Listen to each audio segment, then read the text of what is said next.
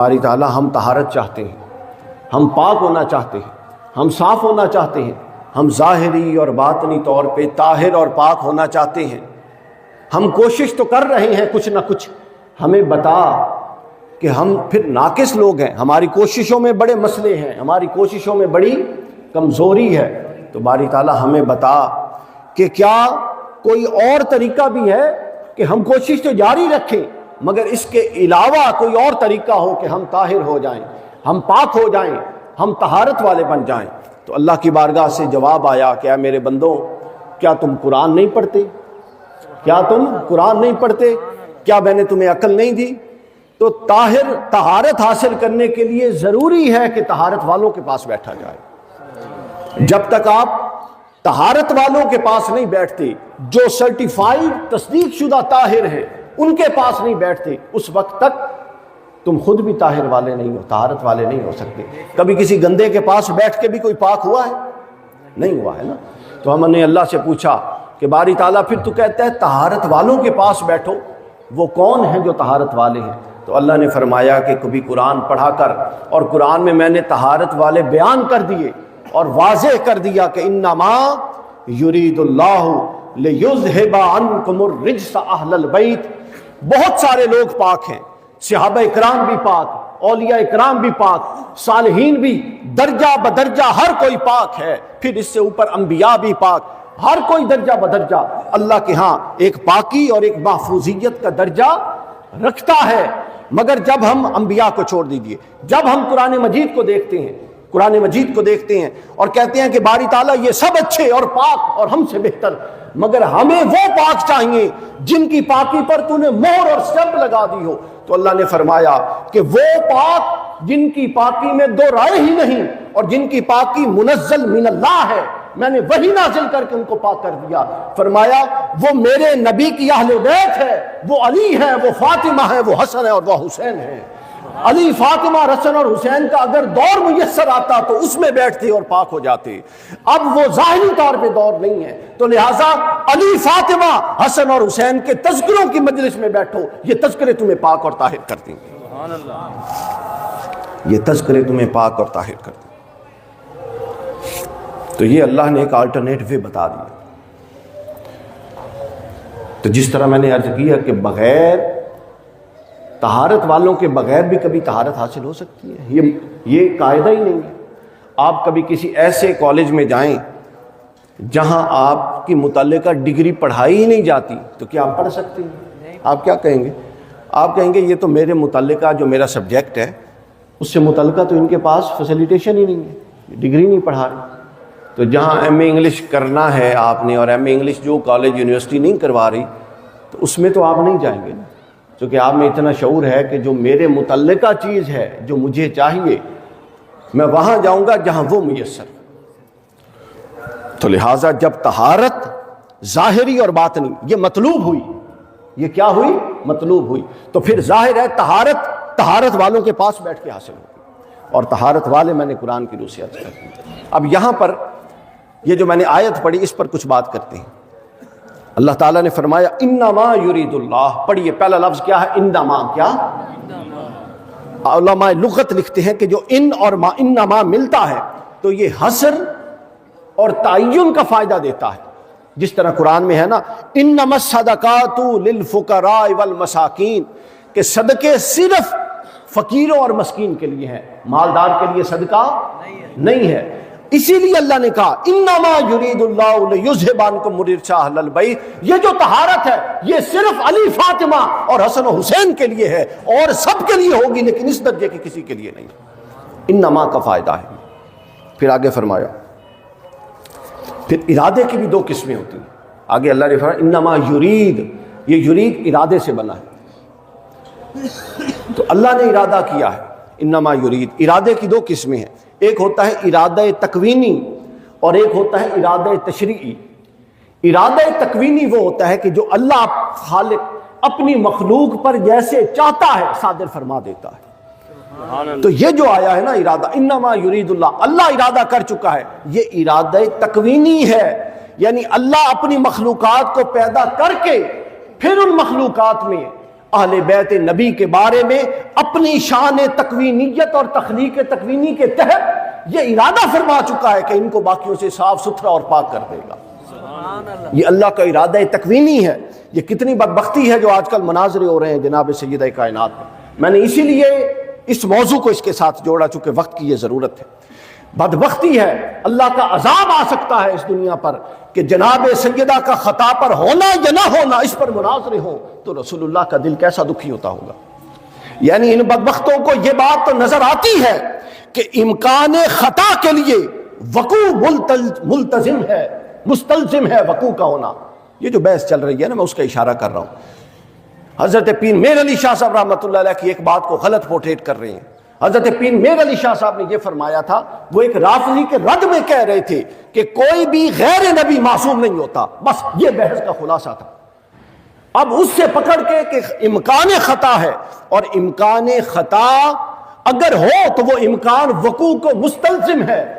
بدبخت، جب اس تک تیری سوچ پہنچی اور تو یہاں تک پہنچا اور تو نے ایک امکانی نسخہ اور امکانی چیز جو ایک قاعدے سے اخذ کر کے بیان کر دی، لیکن تیری نظر اس قطعی حکم قرآنی کی طرف نہ گئی کہ وہاں محض امکان وقوع تھا اور یہاں قطعی طہارت تھی جس کا اللہ نے خود بیان کر دیا تھا۔ تو جہاں طہارت قطعی ہو اور وقوع خطا امکانی ہو تو پھر خود یہ اصول ہے کہ جہاں قطعیت ہوتی ہے وہ شک کو اور ظن کو رد کر دیتی ہے اور اس پر اوور کم آ جاتی ہے، اس کو غالب آ جاتی ہے۔ تو لہٰذا جہاں پر جناب سیدہ کائنات کے لیے ارادہ تکوینی یہ ہے کہ وہ پاک اور طاہر کر دی گئی ہیں، اہل بیت پاک اور طاہر کر دیے گئے ہیں، ارادہ تکوینی یہ ہے، وہاں پر امکان خطا کی بحث اور خلط مبحث اور نقطۂ نظر کو اپنی اصل سے ہٹا کر بیان کرنا اور پھر الزام بزرگوں پر لگانا، یہ کیسی بڑی جہالت ہے، اور اندر سے بغض اپنا نکالنا، بغض اپنا نکالنا۔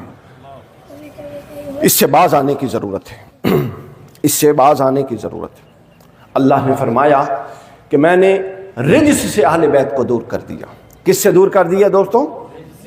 رجس کی تعریفات اگر آپ دیکھیں، یہ 3 4 5 میں ویسے بتا دیتا ہوں۔ امام ابن جوزی نے بیان کی، علامہ علوسی نے بیان کی، شیخ ابن عربی نے بیان کی، امام کشیری نے بیان کی، امام ابن حبان نے بیان کی۔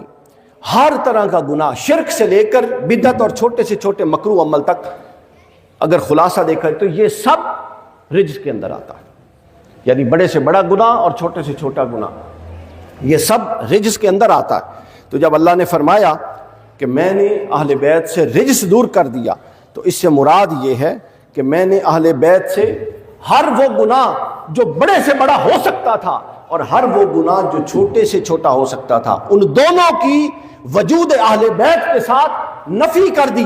اور یہاں پر علماء لکھتے ہیں یہ قاعدہ اذہاب کے تحت ہے، یعنی دور کر دیا، ان دونوں میں فاصلے کر دیے، یعنی اب گناہ اہل بیت کے پاس نہیں آ سکتا اور اہل بیت گناہ کے پاس نہیں آ سکتے۔ اور وقوع ممکن تب ہوتا ہے کہ جب کوئی شے آپ کے قریب آئے اور آپ اس کو کر دیں گے، تو جب قربت ہی نہیں ہو سکتی تو وقوع کیسے ہو سکتا ہے؟ اب اس کی ہم حدیث پاک سے تشریح لیتے۔ آپ لوگوں نے سنی ہے، بڑی خوبصورت روایت۔ جب یہ آیت تطہیر جو میں نے پڑھی یہ نازل ہوئی تو حضور علیہ السلام 2 روایتیں، امام حاکم نیشا پوری کی روایت ہے کہ حضرت صفیہ رضی اللہ تعالیٰ عنہ کے گھر میں حضور تھے، اور یہ بھی حدیث صحیح ہے، اور حضرت ابو سعید خدری سے روایت ہے کہ حضرت ام سلمہ رضی اللہ تعالیٰ عنہ کے گھر میں حضور موجود تھے۔ حضرت سیدنا ام سلمہ رضی اللہ تعالیٰ عنہ والی روایت زیادہ معروف ہے، میں وہی بیان کر دیتا ہوں۔ صحیح مسلم میں ہے، آپ اندازہ کر لیجئے، صحیح مسلم حضرت ام سلمہ سے آیت تطہیر نازل ہوئی، حضور علیہ الصلوۃ والسلام پر نازل ہوئی۔ حضور نے فرمایا کہ حضرت علی کو بلاؤ۔ ایک روایت میں ہے بلوایا ایک ایک کر کے، حضرت علی کو، حضرت فاطمہ، امام حسن، امام حسین، اور ایک روایت میں وہ خود سے آ گئے۔ آئے تو ان کو حضور چادر لے کر بیٹھے تھے، تو حضرت علی آئے تو ان کو بھی چادر میں لے لیا، حضرت سید آئے تو ان کو بھی چادر میں لے لیا، امام حسن کو بھی چادر میں، امام حسین کو بھی۔ جب ان سب کو حضور نے چادر میں لے لیا تو فرمایا اللہم ہؤلاء اہل بیت، اے اللہ یہ میرے اہل بیت ہیں، یہ میرے۔ اب یہاں ایک نکتہ سمجھ لیجئے، چونکہ فتنے ہر پاسے ہیں، جنگ بھی کوئی فتنوں سے خالی کوئی نہیں ہے۔ جن کی تقریریں سن کے تم جوان ہوتے ہو پھر ان پر زبان درازیاں کرتے ہو، یہ کیسی عجیب بات ہے۔ اختلاف ہونا تو کوئی بات، علم کی دنیا میں تو کبھی کوئی کسی سے 100% متفق نہیں ہو سکتا، لیکن اگر ادب کا دامن ہی چھوڑ دینا ہے تو پھر پیچھے رہ کیا جاتا ہے؟ تو یہ ذہن میں رکھ لیجیے، اہل سنت کے ہاں اہل بیت کے مفہوم میں ازواج نبی بھی داخل ہیں، تمام ازواج اہل بیت نبی ہیں، اور جناب سیدہ کی اولاد حضرت مولا علی اور امام حسن اور امام حسین یہ اولاد علی، اولاد نبی کے اندر مفہوم میں داخل۔ اب یہاں پر کیا ہوا، بڑی خوبصورت بات، جب حضور یہ دعا فرما رہے تھے نا کہ اللہم ہؤلاء اہل بیت، اے اللہ یہ میرے اہل بیت ہیں، تو جناب سیدہ ام المومنین حضرت ام سلمہ جن کے گھر میں یہ آیت اتری وہ سامنے کھڑی تھی۔ امام ابن جریر نے کہا، انہوں نے کہا یا رسول اللہ، فقال یا رسول اللہ، یا رسول اللہ الست من اہل بیت، یا رسول اللہ۔ اب حضرت ام سلمہ سامنے تھی نا، لیکن ان کو چادر میں نہیں لیا، تو انہوں نے کہا یا رسول کیا میں آپ کی اہل بیت نہیں ہوں؟ اب قرآن نے تو یہ نقطہ طے کر دیا نا، چونکہ یہ آیت کا آغاز ہی ازواج نبی کے بیان سے ہو رہا ہے تو وہ طے ہو گیا، لیکن انہوں نے سوال کیا، صحیح مسلم حضور نے فرمایا انک الی خیر انت من ازواج النبی، تو اے ام سلمہ پہلے ہی خیر پر ہے چونکہ تو نبی کی ازواج میں سے ہے۔ تو گویا اب یہاں پر میں یہ بات کرنے لگا ہوں، کوئی پسند نہ آئے تو بخش دینا میں نے، کہ پھر اہل بیت میں بھی پھر درجات حضور نے بنا دیے کہ ایک اہل بیت نبی ہے جس میں ازواج نبی بھی داخل ہیں اور آل علی بھی داخل ہے، اور پھر ان میں ایک اور اہل بیت کا امتیاز ہے جو اہل کسا ہیں جن میں صرف علی ہے، فاطمہ، حسن اور حسین ہے، اور اس کا امتیاز اس حدیث نے قائم کر دیا کہ حضور نے فرمایا اے ام سلمہ تو اہل بیت میں سے بھی ہے اور نبی کی ازواج میں سے بھی ہے، مگر اہل کسا علی ہے، حسن ہے اور حسین ہے اور فاطمہ ہے، ایک امتیاز قائم کر دیا۔ تو یہ نہ خروج ہے نہ دخول ہے، بس یہ ایک داخلی امتیاز ہے۔ یہ کیا ہے؟ داخلی امتیاز۔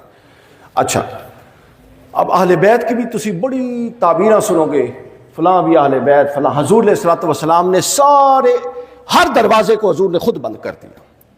امکان تھا نا کہ کوئی اس بات کے بارے میں دوسری رائے قائم کر لے، کیوں جی؟ اب آگے سنیں حضور نے کیا فرمایا۔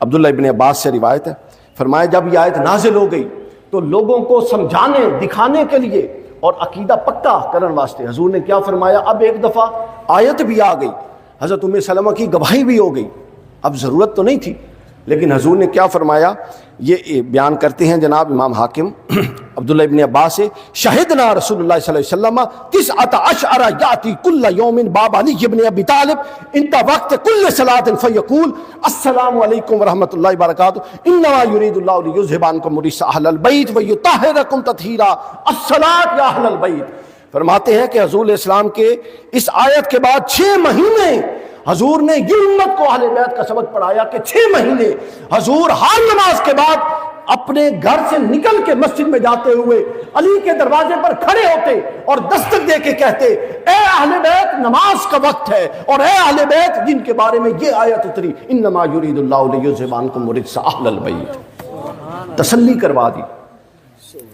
عبداللہ ابن عباس۔ پھر اس کے بعد آگے دیکھیے، حضرت انس بن مالک نے رضی اللہ تعالیٰ عنہ نے اس کو بیان کیا۔ حضرت انس بن مالک فرماتے ہیں کہ یہ 6 ماہ تک یہ روٹین جاری رہی، اور حضرت انس بن مالک کی روایت میں تخصیص ہے کہ صرف نماز فجر کے وقت جا کر فرمایا کرتے، جب فجر کے لیے تشریف لاتے تو دروازے پر دستک دے کے فرماتے السلام علیکم ورحمۃ اللہ اہل البیت الصلاۃ، پھر آیت پڑھتے انما یرید اللہ لیذھب عنکم الرجس اہل البیت۔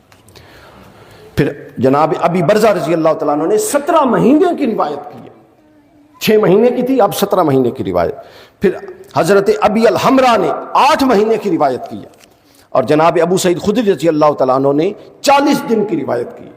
40 دن سے 17 مہینے تک کا دورانیہ آ گیا ہمارے پاس، کم از کم 40 دن، کہ جب یہ آیت تطہیر نازل ہو گئی تو حضور علیہ السلام ہر نماز پر جانے سے پہلے دروازے کو دستک دیتی حضرت فاطمہ کے، اور کیا فرماتے السلام علیکم یا اہل البیت، اے اہل بیت تم کو سلام ہو۔ اور نماز کا وقت وہ ہوتا ہے اذان کے بعد جب لوگ آ جا رہے ہوتے ہیں، صحابہ کرام آ جا رہے ہوتے ہیں، تو گویا مقصود یہ تھا کہ ہر کوئی دیکھ لے کہ قرآن کے اندر یہ جو آیت ہے اور اس آیت کے جو اولین مصداق ہیں وہ یہ گھر والے ہیں جس کو میں دستک دیتا ہوں دن رات، وہ یہ گھر والے ہیں۔ تو یہ وجہ ہے اب کیوں اہل بیت اطہار حضرت جناب سید کائنات کو حضور نے کیوں اتنا وہ مقام و مرتبہ بیان کیا جو شاید دنیا میں کسی اور کا نہیں۔ وہ مقام و مرتبہ سنی ہے، کچھ اس پر 2-4 باتیں کرتے ہیں، پھر اختتام میں ہم نے حضرت سیدنا ابوبکر صدیق رضی اللہ تعالیٰ عنہ پر چونکہ انتظامیہ نے کہا تھا تو، اور یہ چونکہ یہ واقعہ یہ ہو گیا، یہ مناظرے والا جو یہ نادانیاں ہو رہی ہیں، اس تناظر میں میں نے موضوع تھوڑا بدلا، اور آخر پہ ہم اصول برکت کے لیے ایک تذکرہ کر دیں گے، اور پھر رجب بھی چڑھ گیا، جب مولا علی کی ولادت بھی ہے تو سارا کچھ اس کے اندر آ گیا، اور آغاز ہم نے قرآن مجید سے کر دیا۔ یہ میری کتاب چھپی ہے پچھلے مہینے، قرآن مجید کے 365 اصول، سال کے 365 دنوں کی مناسبت سے، نوجوانوں کے ہر روز کے لیے ایک اصول براہ راست قرآن سے جڑنے کے لیے، تو اس کا 390 نمبر اصول ہے جس کا میں نے یہاں پہ درس دیا، 390 نمبر اصول ہے۔ تو قرآن مجید بھی آ گیا، اہل بیت اطہار بھی، اور صحابہ کرام کا بھی کر لیں گے۔ اب پہلے یہ سن لیجیے، ان عائشہ رضی اللہ تعالیٰ عنہ، امام حاکم نے بیان ہے، ان نبی صلی اللہ علیہ وسلم، حضور نے فرمایا حضرت عائشہ سے کہ فاطمہ کیا تو نہیں چاہتی ان تکونی سیدۃ النساء العالمین و سیدۃ النساء هذه الامہ و سیدۃ النساء المؤمنین۔ حضرت سیدہ فاطمہ زہرا ایک دفعہ گھر میں بیٹھی تھی تو کوئی لاڈ پیار کا ماحول تھا، تو حضور نے فرمایا فاطمہ کیا تو اس پر راضی اور خوش نہیں ہے، کیا تو نہیں چاہتی کہ تو تمام جہانوں کی عورتوں کی سردار ہو؟ پھر فرمایا سیدۃ النساء العالمین، سارے جہانوں پر فضیلت، پھر فرمایا سیدۃ النساء هذه الامہ، اس امت کی ہر عورت پر تجھے فضیلت حاصل ہو، اور پھر فرمایا سیدۃ النساء المؤمنین، اور تیرے بعد آنے والی قیامت تک ہر مومن عورت پر تجھ کو فضیلت حاصل ہو، تینوں پر فضیلت دے دی۔ اور یہ بیان کون کر رہا ہے؟ سبحان اللہ۔ اب یہاں سے تذکرہ چل جائے گا، حدیث کو بیان کون کر رہا ہے؟ مستدرک حاکم کی حدیث، ان عائشہ، حضرت سیدہ ام المومنین حضرت سیدہ عائشہ صدیقہ بیان کر رہی ہیں۔ آپ اندازہ کیجئے، وقت نہیں ہمارے پاس، اب اگر میں 50 حدیثیں اہل بیت اطہار کی فضائل پہ پڑھوں، اس 50 میں سے 40 وہ ہیں جو حضرت سیدہ عائشہ صدیقہ یا حضرت ابوبکر صدیق یا حضرت عبداللہ ابن عمر سے مروی ہیں۔ آپ اندازہ کر لیں۔ اب حضرت سیدہ عائشہ خود خاتون ہے کہ نہیں ہے؟ بتائیے، خود اہل بیت نبی میں سے ہے کہ نہیں ہے؟ خود حضور کی ازواج میں سے ہے کہ نہیں ہے؟ وہ کیسے دل کے صاف لوگ تھے کہ جو نبی سے سنا یہ بھی نہیں دیکھا کہ میں اپنے سے بڑھا کے بیان کر رہی ہوں، چونکہ نبی سے سنا تھا اور سچ تھا تو ام المومنین نے وہ بیان کر دیا، وہ بیان کر دیا۔ اور پھر حضرت سیدہ عائشہ صدیقہ اور تمام ازواج، حضرت خدیجہ اور تمام ازواج نبی، یہ کون ہیں؟ یہ حضور کی وفادار بیویاں ہیں، یہ وفادار ہیں۔ کون ہیں؟ اور جناب سیدہ کون ہے؟ یہ رازدار نبی ہے، وہ وفادار نبوت ہے اور یہ رازدار نبوت ہے۔ فرق ہے، میں ابھی بتانے لگا ہوں وہ فرق کیا ہے۔ یہ صحیح بخاری کی حدیث، صحیح بخاری کی حدیث، حدیث نمبر 1300، حدیث نمبر 3426 اور 3427، صحیح بخاری کی حدیث۔ حضرت عائشہ فرماتی ہیں، اب حضرت عائشہ سے مروی ہے، یہ بھی صحیح بخاری کی حدیث، آپ اندازہ کر لیں۔ حضرت عائشہ فرماتی ہیں کہ حضرت فاطمہ ایک دفعہ ہم حضور کی خدمت میں سب ازواج موجود تھیں، تو حضرت عائشہ کی خدمت میں، حضور کی خدمت میں حضرت فاطمہ آئی، فرماتی ہیں کہ ہم سب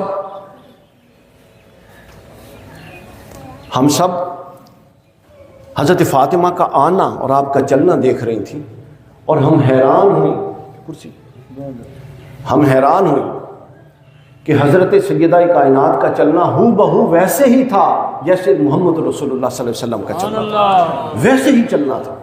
آگے فرماتی ہیں پھر حضور کے پاس آ کے بیٹھ گئی، سب سے قریب ہو کر حضور نے حضرت فاطمہ کے کان میں کوئی بات کی، حضرت فاطمہ رونے لگ گئی۔ سیرت اللہ صاحب تشریف لائے ہیں۔ حضرت سیدہ کائنات نے کیا کیا؟ کوئی بات کی حضور نے حضرت فاطمہ تو زہرا کے کان میں، رونے لگ گئی۔ پھر تھوڑی دیر بعد پھر دوبارہ کوئی بات کی تو ہنسنے لگ گئی۔ اچھا، اب حضور اسلام اندر تشریف لے گئے، وہ جو مجلس تھی وہ مجلس ختم ہو گئی۔ اس مجلس کے بعد حضرت عائشہ کہتی ہیں، حضرت عائشہ فرماتی ہیں کہ اس مجلس کے بعد ہم نے حضرت فاطمہ سے پوچھا کہ فاطمہ، رسول اللہ صلی اللہ علیہ وسلم نے آپ کے کان میں کون سی بات کی کہ آپ رونے لگ گئی؟ توجہ ہے نا جی سب کی؟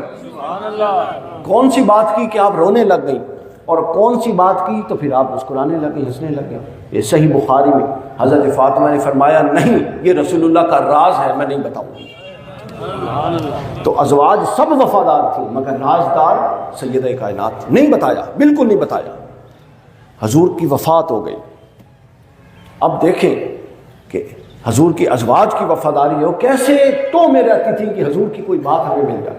حضور کی وفات ہو گئی، پھر حضرت فاطمہ کو پوچھا حضرت عائشہ نے کہ فاطمہ اس وقت تو نہیں بتایا تھا، اب تو بتا دو۔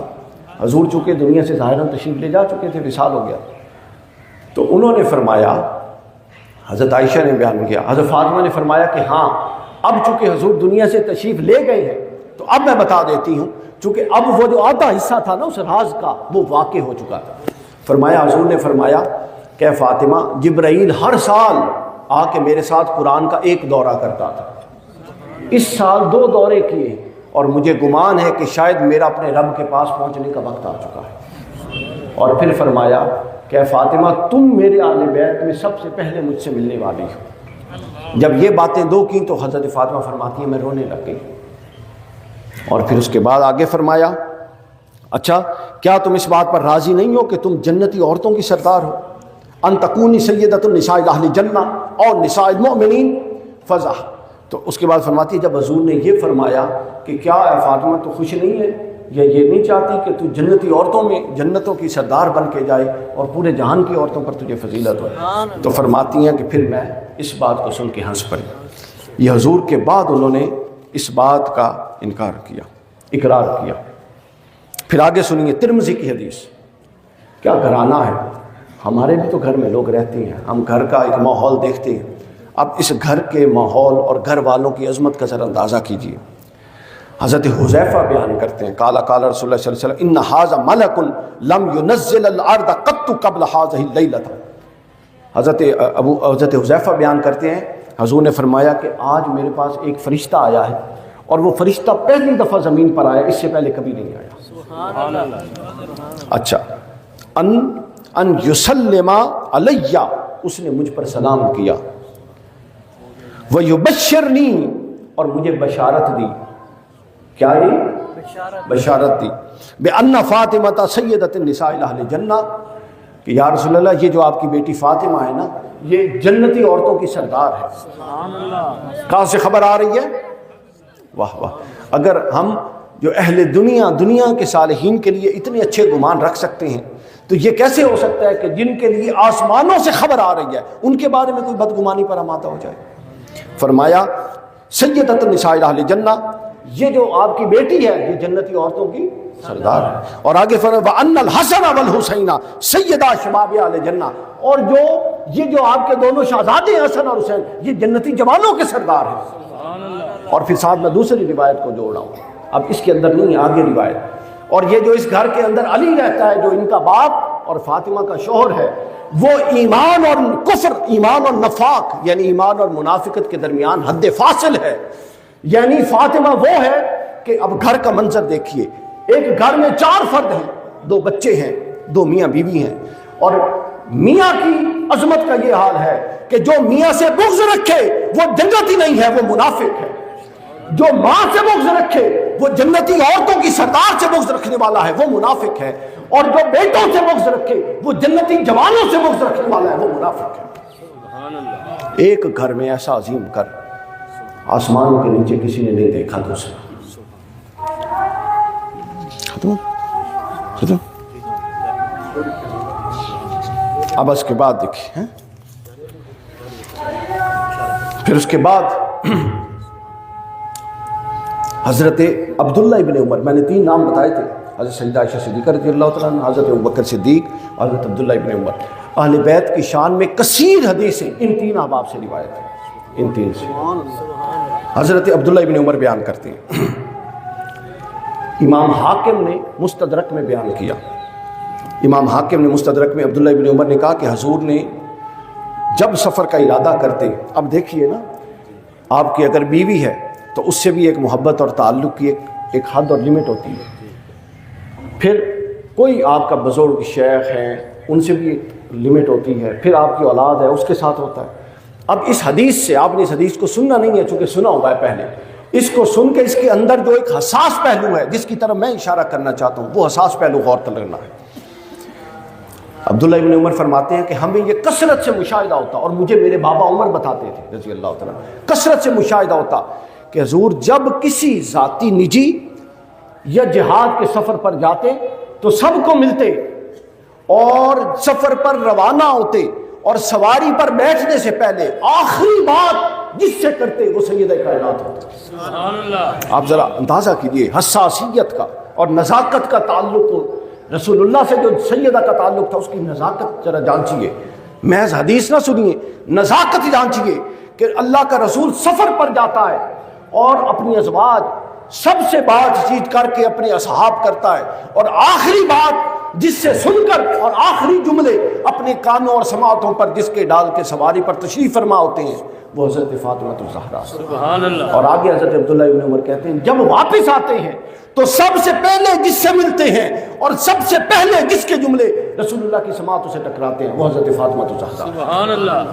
یعنی یہ طویل ایک عرصہ کی پوری مشق تھی۔ اور پھر اس کے بعد آگے فرمایا صحیح بخاری کے اندر عن المسر بن مخرمہ، حضرت مصر بن مخرمہ روایت کرتے ہیں ان رسول اللہ صلی اللہ علیہ وسلم قال فاطمہ بدعۃ منی۔ یہ بڑی غور طلب بات ہے، آپ لوگوں نے سنی ہوئی ہے، میں تھوڑا مفہوم عرض کرنا چاہتا ہوں۔ حضور نے فرمایا فاطمہ میرے نہیں جگر کا ٹکڑا، آگے آئے گا، بدعۃ منی جگر کا ٹکڑا ہے، اور فاطمہ میری جان کا حصہ ہے۔ سبحان اللہ۔ فاطمہ میرے جگر کا ٹکڑا ہے، جان کا حصہ ہے کہ نہیں؟ اب ایک جگہ رسول اللہ کی، ہم تو وہ لوگ ہیں جو رسول اللہ کا کہیں یعنی اس سواری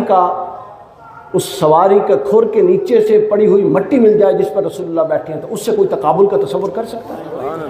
تو رسول اللہ کی جان کے مد مقابل کون ہو سکتا ہے جو جان رسول کا حصہ ہے اور جو رسول کے جگر کا ٹکڑا ہے؟ بتائیے کیا رسول اللہ کے خون کی ایک بوند کا مقابلہ کوئی کر سکتا ہے؟ بتائیے ہاتھ اٹھا کے۔ رسول اللہ کی صلی اللہ علیہ وسلم کی مبارک خون کی ایک بوند کا مقابلہ کوئی کر سکتا ہے؟ اگر ایک بوند رسول اللہ صلی اللہ علیہ وسلم کی ہمارے سامنے آ جائے تو ہمارے کیا عالم ہوگا کیفیت کا؟ سبحان اللہ۔ ایک بوند کا مقابلہ تسی آپ آگ چھوڑے ہیں، ٹھیک ہے، ایک بوند کا مقابلہ ایک بوند کا نہیں کر سکتا۔ تو جگر کیا ہے؟ پورے وجود کے اندر جگر خون پیدا کرتا ہے اور وہ خون پورے وجود کے اندر پھرتا ہے۔ تو حضور نے یہ نہیں فرمایا میرے ہاتھ کا ٹکڑا ہے، یہ نہیں فرمایا میرے بازو کا حصہ ہے، فرمایا فاطمہ میرے جگر کا ٹکڑا ہے، اور جگر خون پیدا کرتا ہے۔ اگر خون کے ایک بوند کے برابر امت میں کوئی نہیں ہو سکتا، حتیٰ کہ پوری امت بھی ایک طرف ہو جائے پھر بھی نہیں ہو سکتی، تو پھر اس جگر جو خون پیدا کرتا ہے اور پھر جگر کا ٹکڑا جو رسول اللہ کے جسم کا حصہ ہے اس کے مد مقابل کون ہو سکتا ہے؟ سبحان اللہ۔ کوئی نہیں ہو سکتا، کوئی نہیں ہو سکتا۔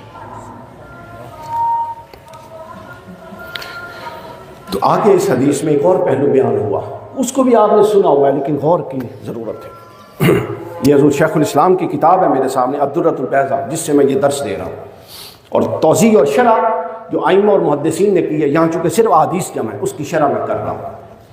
اب آگے سنیے، آگے فرمایا یہ بیان کر کے میرے جگر کا ٹکڑا ہے اور میرے جسم کا حصہ ہے، آگے جناب سیدہ کا تذکرہ کرتے ہوئے یہ ذہن میں رکھیں کہ آپ حضرت فاطمہ کا تذکرہ نہیں کر رہے بلکہ رسول کے جسم کے ایک حصے کا تذکرہ کر رہے۔ سبحان اللہ۔ اچھا آگے فرمایا جو چیز فاطمہ کو غضبناک کرتی ہے وہ مجھے غضبناک کرتی ہے۔ کیا؟ جو چیز سیدہ کائنات کو غضبناک کرتی ہے وہ مجھے غضبناک کرتی ہے۔ اچھا اس پر آپ دیکھیے کہ سیدہ کیسی ہم مزاج نبوت ہے۔ دیکھیں نا، آپ دو بلا تشبیہ بلا مثال، آپ دو چار دوست بیٹھے ہوں یا آپ کے ماں اور باپ بیٹھے ہوں، نیچے دو بچے بیٹھے ہوں، تو کوئی کہے کہ ان کی طبیعت یہ بھی اس چیز کو پسند کرتا ہے اور یہ بھی کرتا ہے، یہ بھی ناپسند کرتا ہے اور یہ بھی کرتا ہے، یعنی آپ یہ بیان کر کے کیا سمجھائیں گے کہ ان کی طبیعت اور مزاج میں اتنی مماثلت ہے، اتنی ہم آہنگی ہے اور اتنی یکسانیت ہے۔ یہ تین لفظ غور سے سنیے، مماثلت، ہم آہنگی اور یکسانیت ہے، یعنی ان کے مزاج کے اندر فرق ہی واقع نہیں ہوا۔ تو رسول اللہ فرماتے ہیں کہ میرے اور فاطمہ الزہرا کے مزاج میں اللہ نے یوں یکسانیت رکھی ہے کہ فاطمہ نبی تو نہیں ہے مگر مزاج نبوت لے کر آئی ہے۔ جو نبی کو پسند ہے وہ فاطمہ الزہرا کو پسند ہے، اور جو نبی کو ناپسند ہے وہ فاطمہ الزہرا کو ناپسند ہے۔ بلکہ جو نبی کو خوش کرتا ہے وہ سید کائنات کو خوش کرتا ہے، جو عمل نبی کو رنج پہنچاتا ہے وہ سید زہرا کو رنج پہنچاتا ہے۔ اور فرمایا جو فاطمہ کو غضبناک کرتا ہے وہ مجھے غضبناک کرتا ہے، اور جو مجھے غضبناک کرتا ہے وہ اللہ کو غضبناک کرتا ہے، اور جو اللہ کو غضبناک کرتا ہے اس کا ٹھکانہ جہنم میں ہوگا۔ اور یہ صرف اہل بیت حضرت فاطمہ کے بارے میں نہیں، پوری اہل بیت کے بارے میں۔ میں آگے بھی اس کی توضیح کر دوں، آگے ہم نہیں چلتے، وقت ختم ہو گیا ہے، اسی میں ایک توضیح کر دوں، انشاءاللہ دوبارہ کبھی موقع ملا تو اس کو آگے چلائیں گے۔ ابھی میں نے صرف 2 حدیثوں کی شرح کی ہے آج کے اس درس میں۔ آپ نے وہ بھی حدیث سنی ہوئی ہے، اس کے اندر سے ایک نکتہ عرض کرنا۔ آپ نے سنی ہوئی ہے نا، حضور نے فرمایا الحسین منی وانا من الحسین، حسین مجھ سے اور میں، یہ سنی ہوئی ہے نا سارے۔ اس میں ابھی جو میں نے مزاج شناسی کی بات کی، یہ نکتہ یہاں سے نکلتا ہے۔ علماء لغت اور علماء صرف اور نحو جو ہے نا، وہ کہتے ہیں کہ یہ جو اگلا ہے الحسین منی وانا من الحسین، یہ جو دوسرا من ہے یہ من للبیان ہے۔ کیا ہے؟ من للبیان ہے۔ مراد یہ ہے، معنی یہ ہے کہ الحسین منی وانا من الحسین، کہ جو حسین چاہتا ہے وہی میں چاہتا ہوں، جو حسین کا مزاج ہے للبیان ہے وہی میرا مزاج ہے۔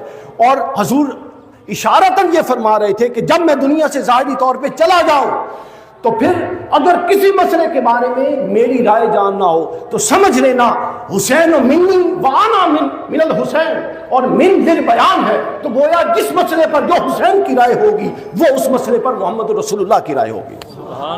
من للبیان کا یہ فائدہ ہے۔ وہ کس کی رائے ہوگی؟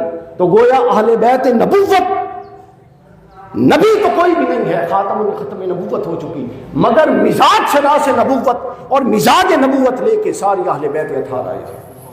اسی وجہ سے چونکہ مزاج گناہ کو داخل کرتا ہے، جب مزاج میں گنجائش ہو تو گناہ بندہ کرتا ہے، اور جب مزاج اتنا ستھرا ہو تو گناہ پاس نہیں آتا۔ گویا کہ یہ تعبیر ہو گئی اس آیت کی جس سے ہم نے آغاز کیا تھا، انما یرید اللہ لیذھب عنکم الرجس اہل البیت وَيُطَہِّرَکُمْ تَطْہِیرًا۔ تو ان کو پاک کیا۔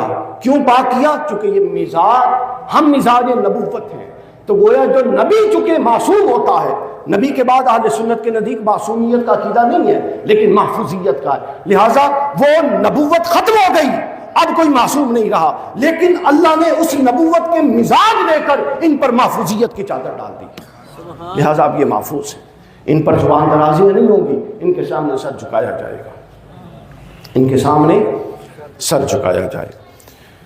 ہمیشہ اہل سنت والجماعت کا جو مسلک ہے، جس کی حضور شیخ الاسلام ہمیشہ تبلیغ کرتے ہیں، وہ مسلک اعتدال ہے، اسی میں خیر ہے۔ آپ کو ظاہری طور پہ جذباتی ہونے میں اگر کوئی فائدہ بھی لگ رہا ہو تو بالآخر اس میں نقصان ہوتا ہے، اس میں خیر کا پہلو کوئی نہیں۔ تو لہٰذا ہر ایک کو اپنے مقام اور منصب پہ رکھ کے پورے دھڑلے سے اس کی شان بیان کرنا، یہ ہمارا مشرب ہوتا ہے۔ یہ کوئی چکر نہیں ہے کہ جب اہل بیت کا تذکرہ آ گیا تو جی صحابہ کرام کی شان کم ہو رہی ہے، اور صحابہ کرام کا تذکرہ آ گیا تو اہل بیت کی شان کم ہو رہی ہے۔ اس چنگل سے نکل آئیں، یہ اس دور کی سب سے بڑی جہالت ہے۔ میں نے بتایا تو ہے کہ اکثر حدیثیں اہل بیت کے بارے میں مروی ہی خود خلفائے راشدین سے، تو گویا حضور کی ہر نسبت کا لحاظ اور خیال۔ اہل بیت اطہار پر ہم نے بات کر لی، چونکہ میں نے عرض کیا ایک واقعہ ہوا تھا، یہ وہ جو ہوا ہے مناظرے والا، جس سے دل دکھی تھا، تو میں نے اس لیے اس موضوع پر زیادہ بات کر دی۔ تو جس طرح اہل بیت اطہار کی محبت ایمان کا حصہ ہے، اسی طرح صحابہ کرام کا ادب اور احترام بھی ایمان کا حصہ ہے۔ تو یہ اعتدال کا طریق اعتدال ہے، اسی سے فتنوں کے دروازے بند ہوتے ہیں۔ حضور صلی اللہ علیہ وسلم نے آخری دن، آخری ایام وصال سے پہلے حضرت سیدنا ابو بکر صدیق رضی اللہ تعالیٰ عنہ کو مصلی پر کھڑا کیا تھا، خود حضرت علی بھی موجود، جناب سیدہ بھی موجود، حضرت عبداللہ ابن عباس بھی موجود، سب اہل بیت بھی موجود اور سب صحابہ بھی موجود، اور حضور نے ابو بکر صدیق کو مصلی پر کھڑا کر کے خود جب پردہ ہٹا، یہ صحیح بخاری میں ہے، پردہ ہٹا کے دیکھا، وہ جو حدیث ہے کہ صحابہ کرام خوشی میں تھے کہ نمازیں توڑ کے پلٹ آئیں، وہ اس حدیث سے متعلق ہے نماز جو ابو بکر صدیق پڑھا رہے تھے، تو حضور خوش ہو گئے۔ اب جس کی امامت پر حضور خوش ہے اور جس کے پیچھے کھڑے ہونے پر علی المرتضیٰ راضی ہے، ہم کون ہوتے ہیں اس پر زبان تان دراز کرنے؟ ہم کون ہوتے ہیں؟ یہ فتنوں کا دروازہ ہے، اپنے آپ کو اس سے ختم کیجیے۔ اور پھر ایک چلیں آخری بات لطف کی کر دوں کہ ہم تو دونوں حصوں کو ساتھ ساتھ لے کے چلنے والے ہیں، اس لیے حضرت ابو بکر صدیق رضی اللہ تعالیٰ عنہ کو اس لیے نہیں چھوڑ سکتے چونکہ ان کو حضور نے امت کا امام بنایا تھا، سبحان اللہ، امام بنایا، اور پھر اسی پر استدلال کرتے ہوئے اہل سنت کے ہاں وہ پہلے خلیفہ راشد بھی ہیں۔ ٹھیک ہو گیا؟ اب دوسری طرف آئیے، ابو بکر صدیق کو تو اس لیے نہیں چھوڑ سکتے، یہ لفظ بولیے کہ ان کو حضور نے امت کا امام بنایا تھا، اور علی المرتضیٰ کو اس لیے نہیں چھوڑ سکتے کہ ابو بکر صدیق جب تک علی، فاطمہ، حسن اور حسین پر درود نہیں پڑھتے ان کی نماز پوری نہیں ہو سکتی۔ تو ابو بکر آگے ہیں، وہ امام ہیں، ان کا دامن بھی نہیں چھوڑنا، اور علی پیچھے ہیں، مگر ابو بکر کی نماز اللہم صلی علی محمد وعلی آل محمد، اور آل محمد سے مراد علی، فاطمہ، حسن اور حسین ہے۔